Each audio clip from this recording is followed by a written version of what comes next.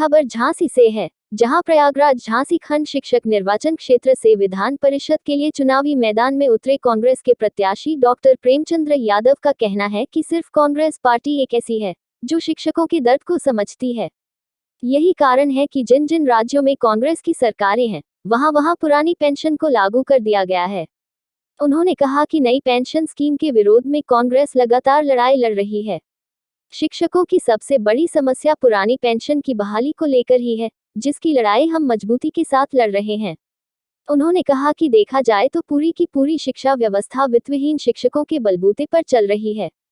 60% शिक्षक वित्तविहीन विद्यालयों में कार्यरत हैं, लेकिन बदले में उन्हें उनका मेहनताना मजदूरों से भी बदतर मिल रहा है।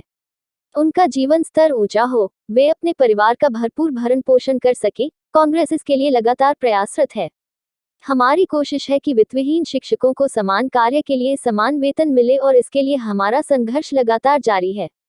नई शिक्षा नीति को लेकर उन्होंने कहा कि यह शिक्षा नीति शिक्षा के क्षेत्र में निजीकरण को बढ़ावा देने वाली है।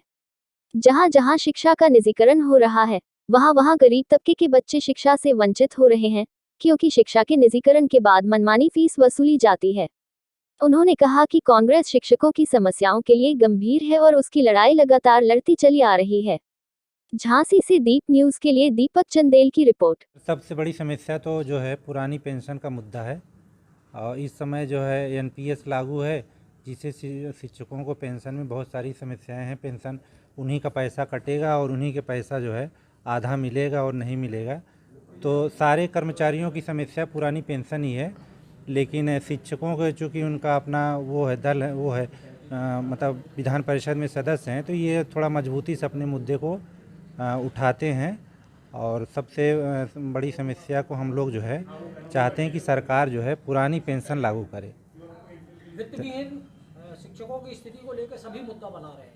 जी आप इस मुद्दे को किस हिसाब से लेंगे? सर, चूँकि अब सरकारी कॉलेजेस को मान्यता मिलती नहीं और शिक्षा का स्तर पूरा निर्भर है वित्तविहीन विद्यालयों पे। ये जो विद्यालय हैं यही शिक्षा को जान लीजिए कि इस समय 60% शिक्षा का संचालन कर रहे हैं। अगर इनके शिक्षकों को जो है वेतन कायदे से नहीं मिलेगा तो शिक्षा कैसे अच्छी दी जा सकती है और कैसे हमारे जो आने वाला भविष्य कैसे जो है उसमें सुधार होगा।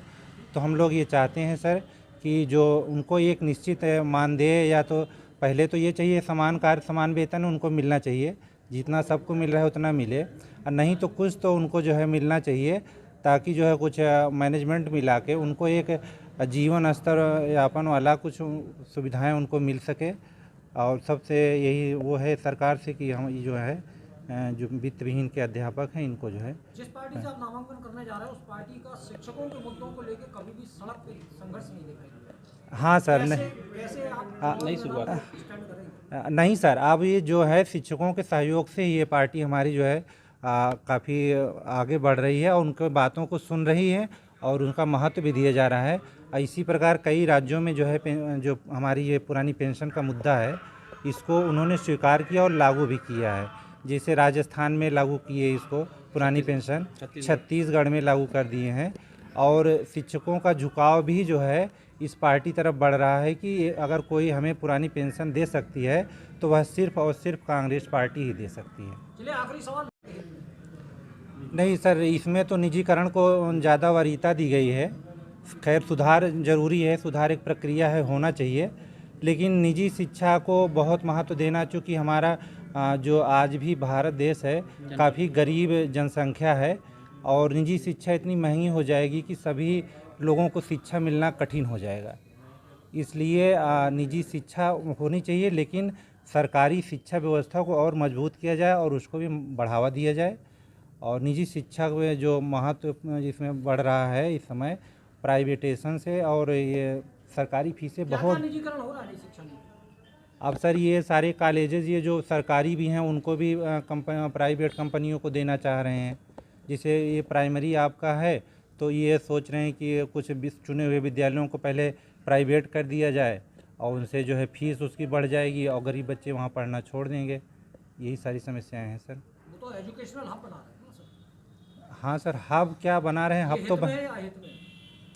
नहीं सर, ये तो गरीब जनता के अहित में है, क्योंकि वहाँ गरीब के बच्चे भी जाके पढ़ लेते हैं, वहाँ उनको मिड डे मील मिलता है और किताबें कापी और ड्रेस मिल जाते हैं। और ये सब चीज़ें अगर प्राइवेटेशन हो गया तो सर ये चीज़ें बंद हो जाएंगी और गरीब शिक्षा से जो है वंचित रहने हो जाएगा, समस्या हो जाएगी उसके लिए।